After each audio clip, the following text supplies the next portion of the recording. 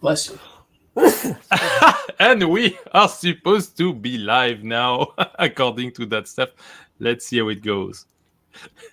It says live. It says live. Hey, this is the first time we're doing this. Like, Yes, without yes. we don't have, what is it? The safety flotation devices. No, yeah, we don't have anything that. No guardrails. Yeah, we No don't have a bumpers. No run, but bumpers like in bowling. I I score can like a straight 300 when I got bumpers in bowling. I can see we're live. For the last 30 seconds, we're live. We're good to go. Yeah. Hello, people. So yeah, we miss Ron. Ron Quake was our great organizer. He had all these tips on the streaming stuff, and we had to do it by ourselves. And believe it or not, as much used to technology and deeply into it every day, setting up a live show, organizing the event, and all that stuff can be quite challenging, even if it's pretty basic. So I'm happy we're all there today, and I'm happy we join you, and that Rod and Brad could make it. Hello, guys. Nice to see you. Been a while. Hello. Yes, it has been. Yes. It's been crazy busy. Yeah, it's not supposed to be as busy as it is, but it has been. I agree, yeah, and I'm thankful you say that, because I was feeling I was the only one, being overwhelmed lately. Like last 2 weeks been pretty intense, and I'm glad to see that that's kind of November effect or something like that. I think it's also the industry just heating up. It's just the snowball's getting bigger, and we got to find a way to kind of reduce the size of the snowball, because it's just, as I said, from my side, it's getting bigger. Yeah, I would agree, Rod. It is, and maybe it's that people are finally taking notice, or people are just freaking out that bad things are continuing to happen. And we're out there, the three of us and many of our other fellow colleagues in this business, we're out there banging the drum, and it feels like sometimes we're just banging the drum in the middle of a forest and nobody's actually hearing it. Yes. Yeah, true.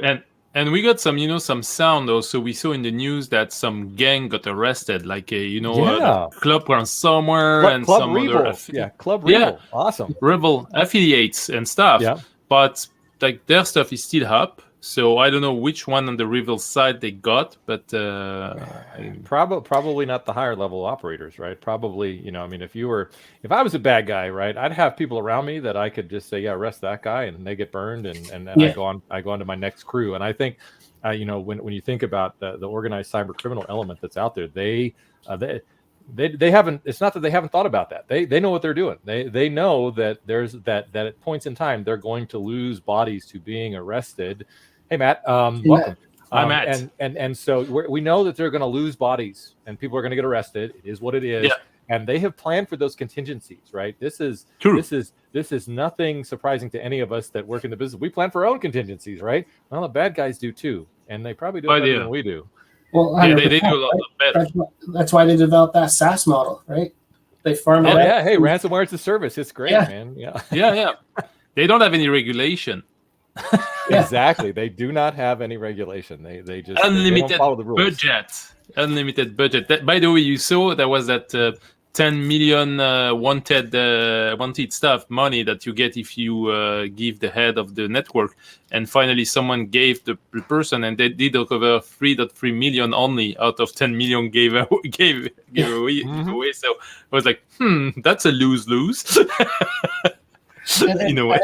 I was reading some Dennis Underwood wrote something today where he was saying people can get this kind of false security when they see this stuff happening, right? So you see this group gets arrested and $6 million is recovered or whatever, but you forget that it's $1 billion industry.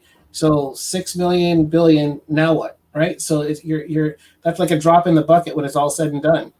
No, you're very spot on, Rod. I mean, what comes down to is that they have so many operators out there, right? I mean, this is akin to. So I saw this. So back in the day when we were chasing the last sort of big thing that Anonymous worked on, which was the 2016 Olympics, right? In Brazil, and they did some good stuff, right? And they had basically an army of people out there that would run a Python script to DDoS stuff and that kind of thing. It was pretty fascinating, right? Well, the cyber criminal elements have really taken on that model, right? It's almost a pyramid scheme. They've got a bunch of low-level operators that do stuff, and they got mid-level guys, and they got the guys writing the code, and then they got the people that are really pulling the strings. And we see that we just, what we don't see, right, is the guys pulling the strings, because they're very Yes. insulated, right? And so they lose a few $1 million here, a few $1 million there. Stuff gets recovered. Bitcoin wallets get pilfered and returned by the FBI and stuff like that. But in the grand scheme of things, right, they're like, meh, we got more infrastructure over here. We co-opted this, we did that. We don't care. We're just going to move on to the next thing. They expect that infrastructure is going to get burned down. Right, they expect 100%. They know that it's going to get, and so they plan for that. They got the next set of infrastructure, co-opted WordPress sites, whatever it is they're using out there. They've got all of that stuff already in the wings, and they're they've looked at the branches and sequels, if you will, to use the military parlance. 8 branches and sequels down the stream, right? To keep their business up and going. So they got to pay for those Maserati somehow. Yeah. And I had some intelligence feed stating that some of these groups were state-sponsored groups, in fact, and financing some kind of dark shadow stuff. So, but that was like European intelligence feed. But I think it's quite interesting, because you know what? After all, what about the country financing their cyber operation through ransomware? Well, there's that. I mean, that's obviously a thing. But the other thing you to think about with the nation state actors out there, right, is the whole lot of them that turn absolutely $6 trillion and growing, unfortunately. But when you look at it, right, I mean, and again, and just pausing the $6 trillion point, and I appreciate that comment, right? What could we do as a world with $6 trillion? Yes. All right. Think about that. Think about what could we do as a world of $6 trillion, right? That's crazy, right? Chris Roberts, in one of his more recent posts on LinkedIn, if you follow Chris on LinkedIn, he's a great follow. Posts a lot about his dogs. I love his dogs. They're awesome, right? Yes. Is every 11 seconds an organization gets hit with ransomware. Yes. Every 11 bloody seconds. Are you kidding me? That is absolutely nuts.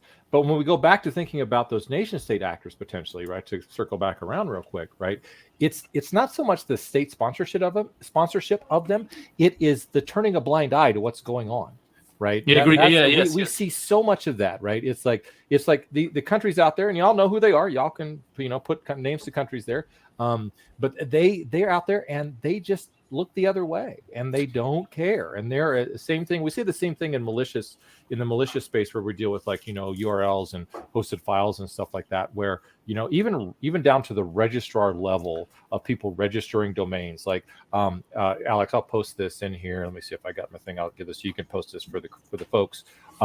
My organization just released our 2021 trends report. And it's really very, very telling. And one of the big trends that came out of it, right, in both phishing and malicious activities, is that the vast majority of what we see are the big three: .com, .net, and .org, right? So whoever's selling these, these domain names and things like that, right, and all that kind of stuff, or allowing this stuff to happen, right, they're turning a blind eye as well. This is a big problem across the entirety of the industry. It is not. It is not a small problem, unfortunately. No, but I think and also, go ahead, Alex. Go ahead.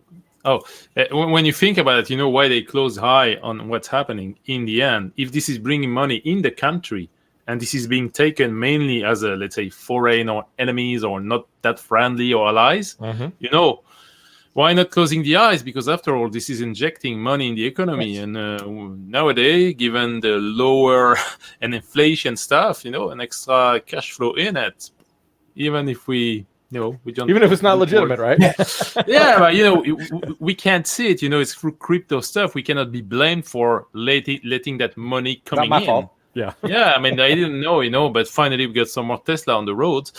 Well, I'm not saying that Tesla. Some of it is actually it is turning a blind eye, and some of it is actually they're doing it on purpose, right? So, like you look at North Korea and the sanctions against them, et cetera, their ability to use their hackers in-house to actually bring money into the country is significant. Iran, same thing. And I'm not saying that we always talk about nation states and we forget that we're also a nation state and we do some bad stuff as well too. So we can call out China, everybody else, but we also know our folks are doing some stuff as well too, right? So we just need to be spread the blame as wide as possible. Yeah. When they're engaged. But yes, some of them are actually doing it to bring revenue into the country. right? And it's known that a lot of ransomware gangs in Eastern Europe aren't attacking Eastern Europe; they're attacking everybody else, but because they've been given the go ahead to actually do it, right? So that totally. Yeah. This is a great point. And actually, I agree when I say state sponsored. I don't say any state. I mean, it's just same thing on our side too. After all, it would be just not that smart not to take advantage of it. You just cannot admit it. But if they will not do it, why? So that will be it. So, but organizations should know, because funny thing is, the alert fatigue that we see in the SOC, I think we have the same thing in the news with people. And it's like not trendy anymore, because hacks, it's not maybe people get used to it, they just don't pay attention and ignore the fact. So I think because we in the mainstream media lately, we don't see that much of a warning. No, I've been lucky to speak on a TV news lately. Superstar Alex. So it was a local one. No, it's good. It's good. We bask in the glow of your amazingness. Oh boy, it was so much stress. Anyway, when you see it's a good opportunity to bring some enlightenment to people and trying to speak business to them, not using scaring technique or whatever, but fact. And number are still escalating. It's like, I feel sometimes like, okay, everybody thinks it's okay. We did catch 3 or 4 guys of these gangs, and now we're good. But the rate of the cyber threat is still growing. I mean, organizations still suffer from that. I'm seeing organization being stolen all the time, like business email compromise, CEO stuff, ransomware, leaks, data, fraud. And it's not calming down, and we bring means to that. I mean, we try to raise the maturity of the organization. It's quite challenging, to be honest. Lately, I realized that, speaking about my own experience, I was speaking to a business which is not at all IT, and they are in food distribution. And it was tough to explain that if their email go down or get breached, it will impact the business. But they did not see it as it is. But the fun fact is they are all over the country, and they send work orders through emails. So basically, if email go down, you have no work order. And the lady was nice. And you say, I don't care if it's down. I'm used to work on the side channel. I would send SMS. I would call people. But I don't think they realize how much technology took place in the business as a whole. And And when I spoke about that, I told her, try to bring the quantitative analysis and the qualitative analysis, but not in these words. They're trying to say, okay, that thing is down. See how much it's going to cost, and then they start to realize and say, oh, it's up to you. I'm not forcing you. I'm just telling you. Just count. Basic. Your people don't work. You must pay them. And you pay them to do nothing. So here are the numbers. Because I think it was not crazy expensive subscription. And finally, when she thought about the numbers, she said, that's right. I mean, after all, it's worth spending something that would represent 1 hour of downtime to avoid that stuff. Yeah.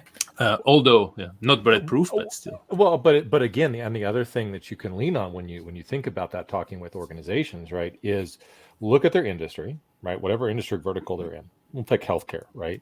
In the United States, we know that the HIPAA fines, first one out of the gate, are very, very expensive, and then it compounds, right? And so what you do is you do the math and say, okay, you're an organization, you do X, you get breached, you lose this many records, it equals this many dollars out the door, and the cost of the thing to help better secure your environment is this versus the $10 million in fines you're going to face. What do you want to do?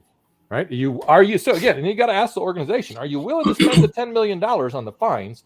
Oh, by the way, that doesn't count all of the, the restoration stuff and the breach mitigation and all the stuff you got to do. Yes. Add another $5 million on top of that. But just the fines, if you're willing to pay the fines and not spend, X whatever dollars it is to do some better, to mitigate it, do anything. Exactly right. Yeah. Do anything, right? Okay, that's your choice, right? But you as the organization have got to make that risk-based decision, that risk-based calculus, right? And understand what the actual dollars, bottom line dollars impact is. 100%. Yeah, and aside of the value, there is also accountability and responsibility for people, for us, customer users, because after all, it's not only a business data leak; it's all the people that are involved into that. And go ahead, Rod. And I was going to say, what you're running into is the businesses generally don't understand the processes within the business, right? And so you start at the top, and the folks are like, "Yeah, stuff happens." And the deeper you get, it's like, well, it happens because I've got a master spreadsheet on my desktop that I use to do this, this, and this. And when you talk to people about, well, do you have backups? Can you recover? Well, Sally's got this master spreadsheet that everything runs through, right? Or Sally sends email at 5 o'clock every day for payroll and nobody knows it. Like, there's all this stuff that is buried within the organization, and everything runs tickety-boo until it doesn't, right? And so it's what you ran into is just getting people to go deeper. And I say this without being disparaging. Talk to the people with their hands on the keyboards, right? Understand what they are doing on a day-to-day basis, what processes are crucial to your company. And then from there, you can build up how do you protect things. But from the top down, it runs. Well, and what happens is, and this is where, so I think what we're seeing, across the industry, and we're going to get to talking about, individual stuff here in a minute, because that's super important. As individuals, we obviously, we have our own set of third parties and technologies that we deal with in our home networks, and them smartphone things we carry around and stuff like that, right? And we assume a lot away, and we assume a lot of everything is good with a lot of stuff, and you really got to think about it before you make those assumptions.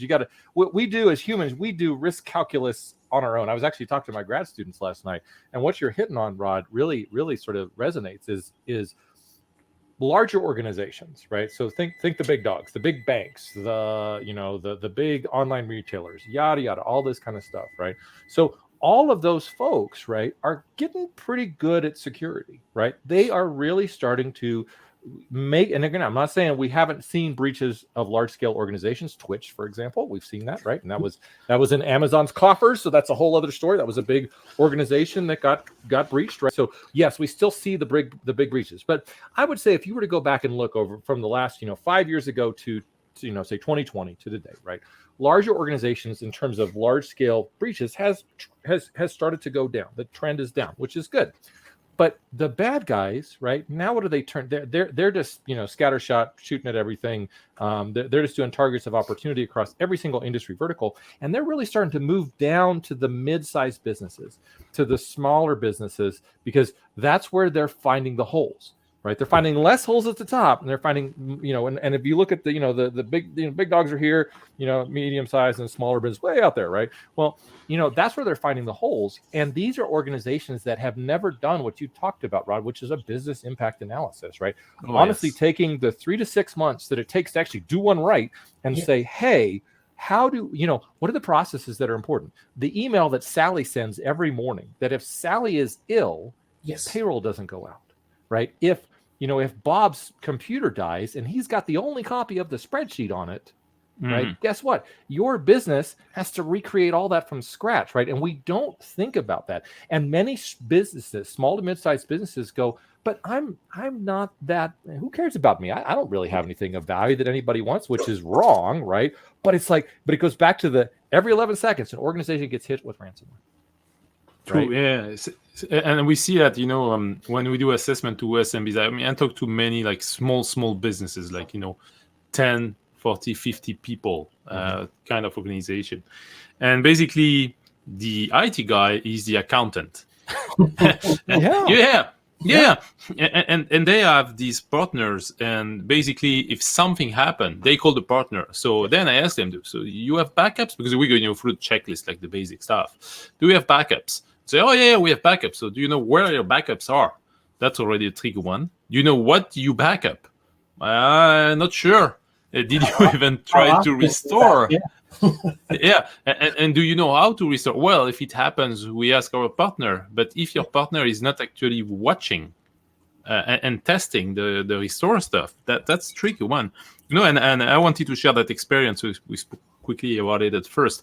I use I host my stuff, like my blog, my home stuff, my Nextcloud at home. And I killed my Nextcloud. I was attempting to update it, and as a nice IT guy that is comfortable with that stuff, I didn't take a snapshot of the VM before messing with it. Everything I advise,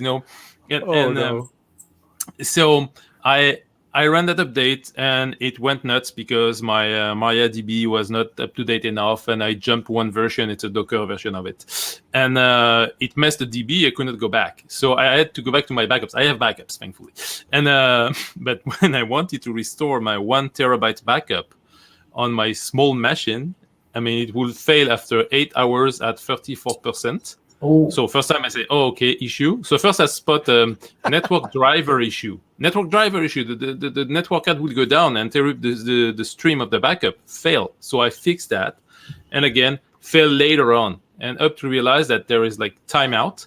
And my machine on the backup was an old Core 2 Duo stuff, which was just good enough with a couple of 4 terabyte drive. It's home stuff, But you know what? I realized that home stuff is way more mature than many organizations out there. And I fixed it. And I migrate that VM to something bigger and got to restore my stuff.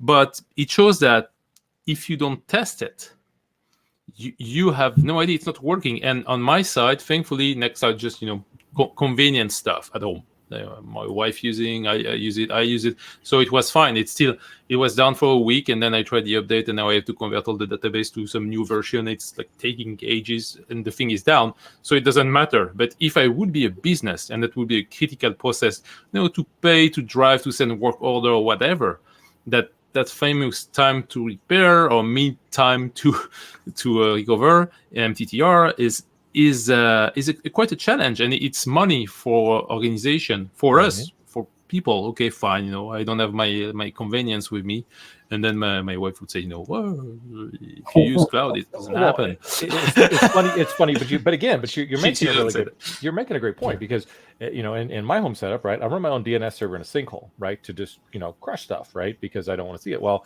when I redeployed my network, when I got fiber into my house, right, I forgot one setting for my to point my new routers to the DNS. Yeah, that was a problem, right? Because I couldn't resolve anything, and now granted, it took me about 30 minutes to go, oh yeah, I got to go fix that one setting there. But if I was a business of any size, right, being down, especially in the information age today, for 30 minutes, right, could have cost me thousands, if not $1 million. Yes. Look at the Dyn DNS attack against Amazon back in 2016, right? As an example, right? They lost, I don't know how much money, right, when that whole thing came down for 8 hours because people couldn't, order their stuff on the Zon on the East Coast of North America. Yes, and you raise a good point as well about the configuration of routers, switches. If that just dies. The electronic dies, and you had all your reserved IPs. To rebuild that and guess that's hours. If you have a backup, it's fine, and if it's documented and communicated, which is not something very, very easy to do, after all, keeping track of it.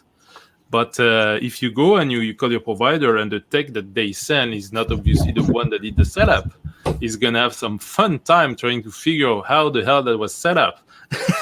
Well, and that's why we see, like, with small and mid-sized businesses, right, where they put the router in, they put the Wi-Fi access point in, right, and they turn it on.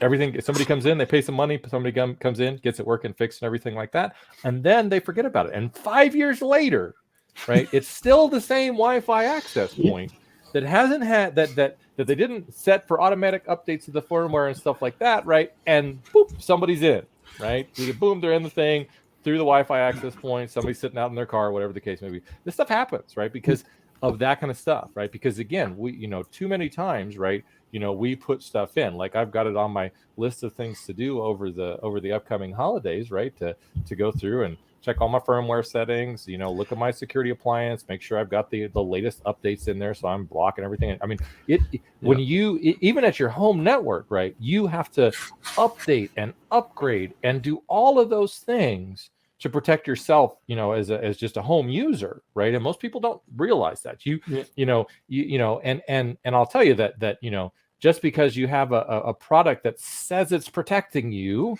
right, doesn't necessarily mean that product has very high veracity, right? I.e., maybe it's not as good as you think it is, right? And so those are things to think about, right? We trust a lot. We trust that the thing that I put in with with say a block list or something like that, or a whitelist, is going to work the way it's designed. But Yeah. Most home users, right? Most personal people, right? They don't even know how to begin to check that. They put it in line and they hope that it works. Yeah, who's watching the watcher? I mean, the good old principle of overlapping security controls. I'll tell you, my favorite thing. My two internet service providers ago. I like to fire them. Apparently, 2 internet service providers ago. I had DSL, and then I went to cable. Now I have fiber. I'm never going back. So that's gonna be like, if I ever have to move anywhere, right? The requirement is I gotta have fiber in my house, right? Because I'm too used to the responsiveness and the speed. But I had DSL, and I somewhere over here, right there, I have the DSL modem because I use it as an example that was provided by the provider, right? Because, and again, I had everything I did my own network off of it, right? When I go look at the thing, right? What does it have open on the back end so the provider can push updates? Jeez. Telnet. No kidding. Telnet. Now, that was 5 or 6 years ago now. I was actually more than that. It was like 7 or 8 years ago, right? But the dang thing had Telnet as the port open so that the provider could log in to the thing and do the stuff that it needs to. And I'm like going, you got to be kidding me. And I know that if I turned off the Telnet port or blocked it on the outbound, guess what? I wouldn't get any updates and I'd get yelled at by the provider. Yeah, and that's the other thing is you got to worry about is the data leakage in those things, right? So a lot of them are using other services, right? Mm-hmm. They're sending that data to Sophos and other people to actually analyze, right? And so they ask you to sign off on the privacy of it all, and you may have done that the first day or whatever as a newbie user, and forever your data is going off to who knows where, maybe being aggregated, maybe being disseminated. You don't know unless you read the privacy policy. At the end of the day, there's a lot of leakage on that side as well too. Yeah, absolutely, 100% agree. And that's the thing. It's the same like we talked about a couple shows ago, right? It's like, IoT devices, right? How do you know that because again, like the convenience. Oh, I will hook up said IoT device through my smartphone. It's going to be awesome. I'm going to do amazing things. I'll be able to check on things from my house. Okay, cool. I'm glad that you can check on things from your house. But from a personal risk perspective, I know. Yeah, Alex is checking us. That's weird, Alex. You're freaking me out now. But when we think about it, but think about it, right? It's like we assume that the person that wrote the web app that we're connecting to, or the app on our phone that we're connecting to, right, that they baked in security from the beginning, right? And we all know. All of us have done a little bit of agile development stuff. We all know that 9 times out of 10, security gets bolted on at the end because they go, oh, shoot, we should do some security stuff, right?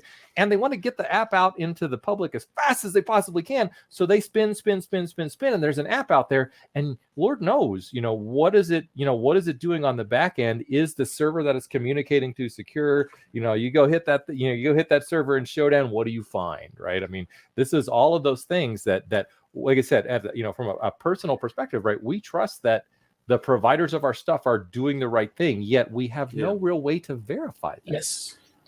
Yeah. And this is why I like the open source side of things, because if you want to check, you can check. You can run some automation tools on that stuff. But for sure, the other ones on the private, the closed source side say, who's going to verify the code? You're never going to check the source code of what you run. Do you compile it yourself? Because after all, you download the binary, it may not match the source code that is actually shared with you.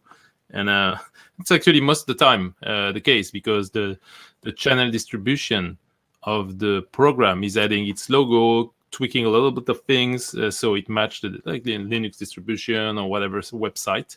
And that may introduce vulnerability that you may not see in the source code. Well, and then the other piece to add on to that, Alex, and I think you're absolutely spot on there, is dependencies.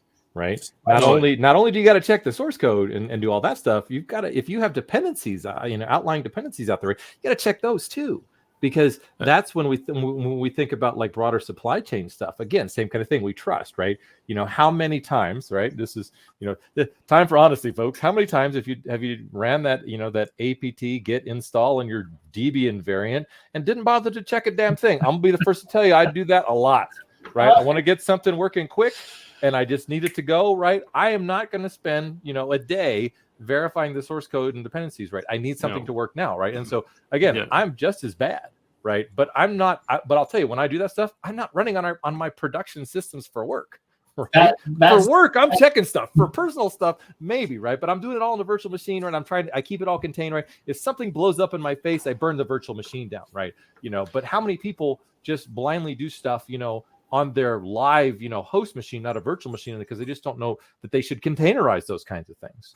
And I think that's the key difference, right? And this is where we start kind of getting to ageism and stuff. But in kind of the old days, you had sysadmins who were very, like, the systems were sacrosanct, right? And they made sure they knew what was being loaded, when it was being loaded. They did testing ahead of time, et cetera, et cetera. We're in this kind of push to DevOps to the infinite, where it's just pull everything, right? And the sysadmins have either lost control and power, or the sysadmins have evolved into being bought into the whole agile framework and just rolling with it, right? And DevOps and that kind of whole concept. And so we gotta pull back a bit and get to kind of a happy medium where we can be agile and move quickly, but we're also making sure that we keep security on the forefront of things and not pulling stuff on the fly without knowing what it is, right? Not just upgrade to the latest revision because a latest revision was released, right? So you pull it from Git right away because it's .1 and you were running .0 before. There has to be some kind of thoughtfulness to what we're doing in production. And I think when we talked about the whole concept for this episode was protecting the end users, right? It's like when you, as a production environment, do stuff crappily, for lack of a better word, consumers on the back end of it, they're the ones getting hurt. Yes, you as a company get kicked in the butt a bit, but there's a bunch of consumers, especially if you're in kind of the high consumer business, there's a bunch of people who are paying the price, right? And we're joking. I was joking a bit. I won't say we, about kind of what we saw here in Canada with the TTC getting hacked, and a bunch of employees getting their data on the out in the wild, right? From security and what in the US we'll call what we have is SID numbers. You guys have SSN numbers. At the end of the day, like, really crucial data was released into the wild, so folks can be threatened with identity fraud, et cetera, et cetera. And I was joking. The reason I was joking, not because people were impacted, but in the follow up to it, the company was giving people identity theft protection, but they also released a phone number for support, and the support number happened to be an adult chat line number. So insult to injury, your stuff was released and your company tried to help you, and the number they gave to help you was a different kind of help. But Rod, what was the number? Just in case. Sorry. Just for a purpose of investigation. For research purposes. Totally. Yeah, as a research purpose. But I like the story, Rod, because it illustrates, right, how easy it is to do something small, right, and then have a big impact, right? Like one number, right, and one off digit in a URL, right, and you are going someplace or handing over your credentials to somebody that you don't want to, right? And that's what we're running into, down at the user level. I mean, like, I'll give you a practical example. So I'm sure lots of people have Gmail, right? Gmail's an interesting thing, but one of the things that most people don't realize is in Gmail, right, is you can actually separate it out, right? So it puts, it separates out all of your stuff into different folders. You can have actually, let me open up. I'm not going to share my screen, of course. I don't use Gmail, you privacy. You don't Gmail. Yeah, I know. But it's I got to keep, but again, people use Gmail, right? Yeah. People use Gmail, whether for like work stuff or they use it for personal stuff or that kind of thing. Mail. Yeah, whatever.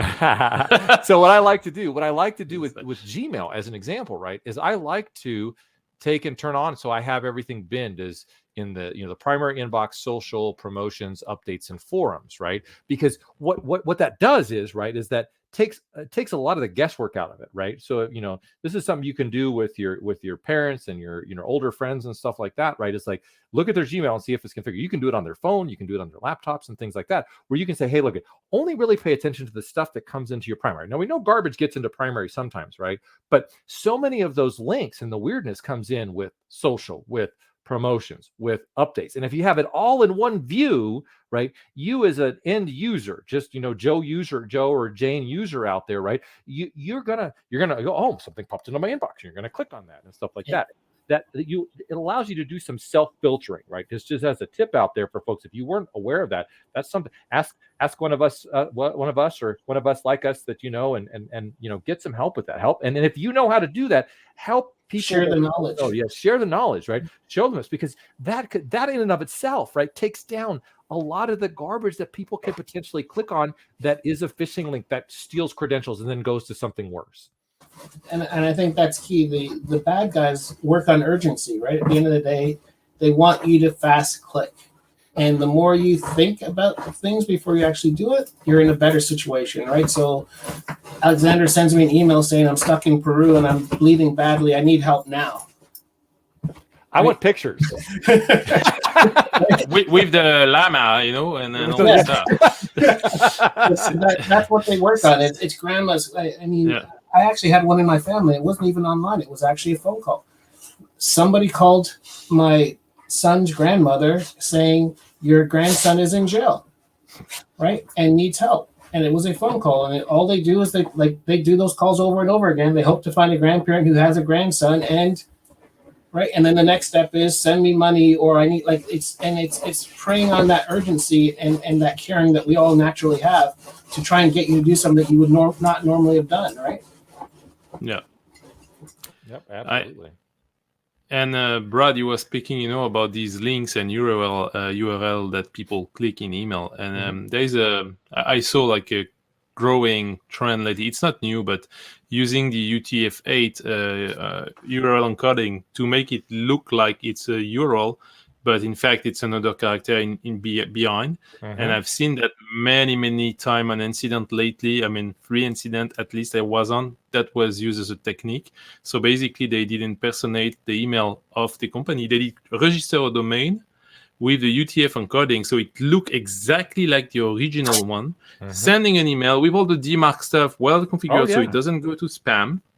And then people get it, and it looks like the original one, but it's just the encoding. So basically, it's using like Cyrillic stuff or some other foreign languages, and that's extremely effective because it can go through some spam filters because they do register the stuff properly, and the human are not ready because they believe what they see. And what they see is not what they see. I mean, if you see google.com and you read google.com, but the G is an encoding of something that you don't know about, then you will not see it. You have no way to know that. And that's a trick stuff that I see more and more because it helps people doing impersonation of emails. So what I had faced was a business email compromise. Someone hacked into the CEO Office 365, obviously lack of multi-factor authentication, like no multi-factor. So they guessed the password, or they found it or whatever. And what they did read all the communication, but they did not alter the mailbox. So there was no real activity. And the first mail they did fire was actually from that fake domain to the banker of the organization using the same way the user usually talks. So it was extremely smartly done, like reconnaissance, then doing the copycat domain with that UTF-8 encoding that looks like it, but it's not it. And they've been caught because the banker, when he got the wire transfer requirement, like 150,000, he did reply, and he had in cache the email of the contact, which got automatically corrected. Oh, so the CEO got the email from the banker saying, "Hey, are you sure this is about that?" But if they would have fallen on a banker, like an accountant or whoever who didn't have in cache the email, the reply will not have been sent to the right one. And they did take the original signature of the email, and they changed the same domain name as it will match the stuff. So that was kind of it's extremely smart. It's very nicely done. It's sad to say, but so we have to be extremely careful on that. We need advanced solution that actually detect, but it's not a bulletproof. I mean, I don't know any solution that will catch 100% of the time a well-prepared scam. And the workaround that is the process of the organization, the workflow that you need to know. Before taking action, use an out-of-band communication, second channel, like confirmed by a phone call, told to people. And nowadays, with technology, and we see so much deception that we must not trust what we see. And we need a human way to use second channel where the second communication is initiated by the other party. So that should stop most of this stuff. And we should not be, and it's the same thing, Alex, where when we always tell people, right, when I had a great opportunity, 3 or 4 months ago, 5 or 6 months ago now, to actually talk to a group via it's an organization down in Colorado Springs, which is south of where I am, and they work with senior citizens, and it's a group that they get together and they want to learn about stuff, and so they asked me to come talk about cybersecurity and show them some things, right? And it's a really great program, but it's one of those things. It was just, for them, it was eye-opening, because they're like, I don't, and I told them, I said, one of the things I told them was like, your bank is never going to send you an email asking for you to reset your password. And it was like, because it's true. The IRS, right? So, in the United States, right? In the IRS, right? They are not going to call you and tell you that your social security number has been stolen and you're going to go to jail because you owe all these taxes now. That's not going to happen. And they won't ask for payment in iTunes cards. Exactly. They're not going to. Again, it's like the simple, basic stuff. They're not going to say, "Hey, I need you to send me the first payment in Amazon gift cards." That is not how any of this works. But again, it goes back to the thing. When we think about personal risk, we think about all of those potential bad things happening out there, right? Sometimes, what's the old adage? Sometimes common sense isn't so common. And Alex and Raji both hit it exactly right. The bad guys, right? Whether they're, big time cyber criminal operators or small time, basically, as far as I'm concerned, to coin a corollary term, a cyber pickpocket, if you will, that low level criminal guy, right? Yeah. They are going to play on that sense of urgency, right? They're gonna find a thing. Again, it goes back to when we think about protecting ourselves personally, right? If you're going to be targeted at a personal level, right, they're going to look at what you're posting on social media. Right. So if you have Facebook, right, or something like that, or LinkedIn, like all of us here have LinkedIn and we post on LinkedIn, right? One, be cognizant of what you're posting on LinkedIn, right? I'm well aware that I put stuff on LinkedIn that I don't put, again, because it's professional, don't really care. It is what it is, right? Colleagues all over the world, amazing stuff. LinkedIn's a great platform, right? But I know, right? I find it funny, like when they say, "Oh, LinkedIn was breached." No, LinkedIn was scraped. Yes. Because LinkedIn, because it's supposed to be a professional network, there's intentional things that are put out there in the public space, right? And if you put anything on social media, consider it public space, end of story. But when we think about like not private social media, but social media for your personal life, whether it's Instagram, Facebook, whatever the case may be, right? Don't care if you got them, super. Don't have a freaking public profile. Right? Because if you have a public profile, right, this is how this stuff happens, right? The reason that the bad guys know that Timmy's grandma, right, is probably could fall victim to a scam is because they troll Facebook and they find this stuff and they get the names. That's why when grandma gets the email that says Timmy's in Peru with Alex on the side of the mountain with the llamas, right? It's because they've looked it up on a public profile. If people would just basically secure some of that public facing stuff, 100%, right, it would help, right? It would thwart those guys. You want to be a hard target in cyberspace, right? You want your neighbor. This is sad, right? And probably a little callous, but you want your neighbor to be the one that gets pwned, not you. And the one I use is you come home from vacation and your house is empty because you posted on Facebook all your pictures of vacation. And you told people when you were leaving and when you were coming back. Yeah, and you're surprised that something bad happened while you were away. Yeah, but again, right, and these things, and again, everything that's available in the public space, right? We as humans, right? We do what I like to say is qualitative risk analysis, on the fly every day, right? We get up in the morning, we look out the window, and we go, there's 6 inches of snow, right? Am I, are the kids going to school today? Are the buses still coming? Am I going to drive to work today in 6 inches of snow? Right. Well, I'm going to think about things. I'm going to say, hey, my car tires, they're great. Yeah, Alex, I know he's driving to work. We're Canadian. Yeah, I know exactly. Colorado, man, it's good. Right? Like whatever, snow, But it's like snow, but it's like you do some things. You go, huh? Yeah, I haven't replaced those tires yet for the winter. They're getting kind of bald, right? Maybe I make a qualitative risk assessment that says, yeah, it's a little risky for me to drive today. I'll telework today. Okay, that's cool, right? We do that as humans all the time with those things in physical space. We need to start doing that the same way and having that same kind of thought process in cyberspace, because there are so many things. We say yes to so many things for the sake of convenience at a personal level that we forget that our convenience is somebody else's product to sell me back data or sell me back information that of something I might be interested in procuring at some point. Convenience is the antithesis of security. But the one thing I want to touch on beyond that is that when Alexander was talking about reconnaissance, and these aren't folks who are just kind of, well, there are the drive-by folks, there are the pickpockets, etc. But the folks who are really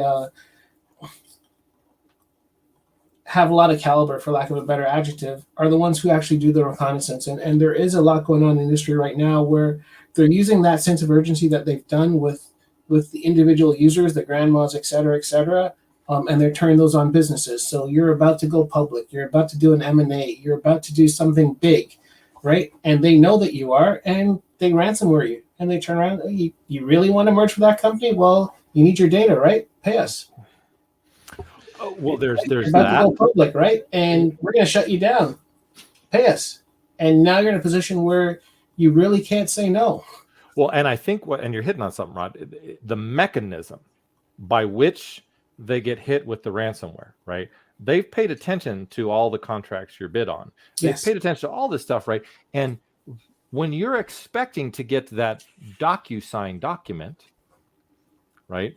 And it's the fake one, right? Or they do that. Yes. Right. They hit that in, right? And that pops in an hour, right around the time you were thinking you were supposed to get one, right? And then you open it and it goes, oh, you need to, allow these macros to run. And you don't know any better because it says all the right words, contract X for company Y. And this needs to be signed pronto or the deal goes away kind of stuff. Again, that urgency thing again, right? And the next thing you know, you have exposed your entire organization because of something that looked real. Yeah, or a quick payment to close the deal, or but at the end of the day, they are, as I said, the good guys, the guys who actually have skill are actually doing that reconnaissance. And I talk a lot about the dwell time, right? Which is why when people talk ransomware and I talk backups, I'm like, somebody's in your network, you put me in your network for 30 days, your backups are pretty much useless. Right?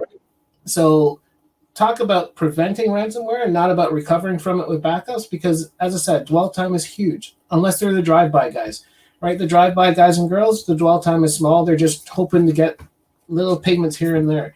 The guys and girls who are good, they've got backdoors built in. They've compromised your backups. They've done all the things that they want to do so they can get that payment that they otherwise wouldn't have gotten, right? So it's one, don't rely on backups, please, guys and girls. Yes, rely on them for everyday kind of failures. You lost a machine, whatever. But if you're looking at ransomware or somebody compromising your network, don't think your backups haven't been in some way compromised or in some way or shape compromised, right? Whether they're little macros sitting there, little time bombs sitting there, whatever. Those are all the things that I could think of. I'm not particularly sophisticated. So the sophisticated guys and girls have actually put stuff in there waiting for you to kind of click off on it. And that's why you see these repeat attacks, right? You paid the ransom. A month later, well, how'd they get? Well, they were still there. Yeah, no, they just hooked it. They just hung out there. Like put a dot in front of that file on your Linux machine, and you'll never find them. Yeah, this is why incident response people speak about root cause analysis. Yes. Because when you get the root cause, you know where it came from first, and you can actually find IOC, or another word, indicator of compromise, which is basically a signature of the attacker. And then you can go through your backups and find a point in time where that stuff appeared. if they left any trace. They left a trace. But yes. if they achieve persistence, they must be a trace, and that's going to be the one. 100%. So, and that's the real fun starts after the ransomware attack. It's finding those back doors. It's finding, as Alexander just said, right? Those points, how they got in, and beyond that, where are they still persistent? Yeah, right? absolutely. That's tough. It's not. It's not like we're good. All of us on this call are good, but it's not an exact science where you can figure out exactly where they're still like so prevention is worth a pound of cure. Find a way to stop them from getting in. Those layers of security. Train your folks. Make sure that they're and yes, there's ways for folks to get around that, but do as much as you can to stop it from happening, because once they're in, if they're good, it's tough. Well, absolutely. They're just going to be there doing what they do. I mean, that's the thing. So one of the things we always talk about with our little discussions is we like to share a tool or two. And go ahead. I was doing some research, and this is a really apropos to what we're talking about today, right? You know, one of the things when you again, like I said, at my house, I have a DNS sinkhole, right? So that kills most of the ads. If you want to have, there's the Brave browser is something you could certainly use that helps to do with that kind of stuff. If you really love your Chrome or your Google or your Firefox or Edge or whatever, you know, pick your favorite browser, right? You know, go to the Electronic Freedom, the Electronic Frontier Foundation, EFF, right? EFF. And grab Privacy Badger. Privacy Badger is a great tool. It helps to crush a bunch of stuff that you don't need to, right? If you don't want to be as advanced a setup as like I have with my little DNS sinkhole. If you want to build your own DNS sinkhole and you're feeling frisky, right? It's awesome, right? Google Pi-hole. It's a device you can run on a Raspberry Pi. It'll basically you can build your own DNS server with the automated scripts and everything like that. I've validated, verified, great tool, right? Do you have one of those back there? Yep, there it is, right? Yep, he's gonna put there. Yep, he's gonna show the Raspberry Pi, right? Yep, you can run it on a Raspberry Pi, put a little fan in it, stuff like that. Keep it cool because they might run a little hot when you're doing a whole bunch of DNS traffic. But again, you know, $40 out the door, you know, inflation, right? $40 out the door with a Raspberry Pi, you can build yourself a DNS sinkhole and crush stuff. So it's like when you go to like those news sites, there's no ads. It's awesome. Right, it is totally awesome. Yeah. So it's just something to think about this tool there. But one of the things that we always like to show people is that when you surf the web, right, even with my DNS sinkhole and Privacy Badger inline and everything like that, right, websites, right, your browser is still communicating with websites, and on those websites, right, still trying. There's still different things at the back end of those websites, even without the ads, right? Or even with or without the ads, right? That show interesting linkages, right? Data sharing amongst websites that you would have never thought of. And I'm going to go ahead and share my screen here. So Alex, if you're ready and you want to share that, I'm going to share my screen here. I'm going to share screen number 2. There we go. So, there it is. Awesome. So this is really cool. So I have a bunch of browser tabs open here just to generate some traffic. So Alex is winning because we're figuring out how to use StreamYard again without the bumpers because Ron is not here to keep us in line.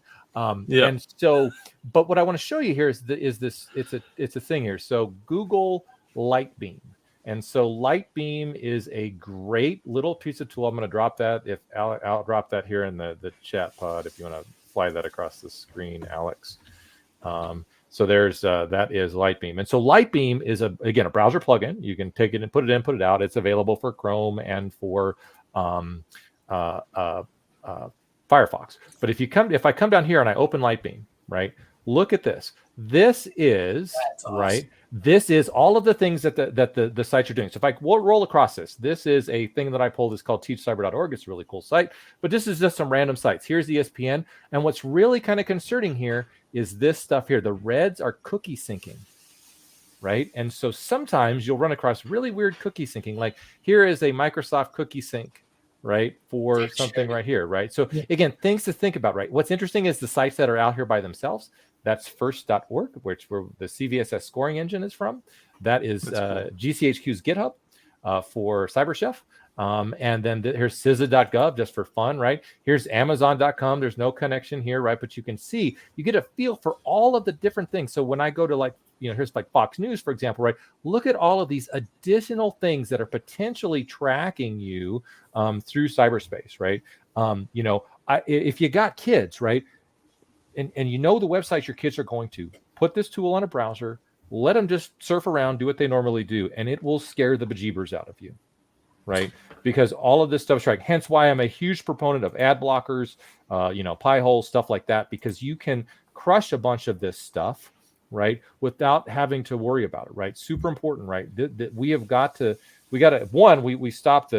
clickbait by using those tools, right? But two, we stop people from tracking stuff that they're not supposed to track. So again, I commend that as a tool for you to check out, right? If you're in the business like us, right, this is a great tool to help educate your users, right? You tell your users, don't click on stuff, right? Find some places, have them click on stuff, and show them this is what happens when you click on stuff. This is why we don't want you clicking on stuff, right? You go. This is awesome. And one of the things I do is how do you know your kids have been using your computer if you don't have decent ad blockers, right? So if your kids are young and they're going to, I don't know, American Girl doll, and now you're seeing American Girl doll ads, it's because there's a cookie that's been set, and there's a cookie setting. Yep, absolutely, right. It's not magic; it's standards. It's not exactly. It's not by happenstance. And then the other thing I like to do with folks is most news sites right now, like in terms of newspapers, have X amount of articles before they shut you out. Well, how do they figure out that you've got the X amount of articles, right? And so it's getting people to understand that there is this tracking, and the tracking is it's way bigger than any of us really understand, because there's all these third-party brokers. They're selling data back and forth. They're building profiles on all of us as best they can, right? Yeah. And beyond just the tracking, there's fingerprinting, right? So the other thing that's neat is, so you think it's a cookie and you switch to private browsing, but it still blocks you.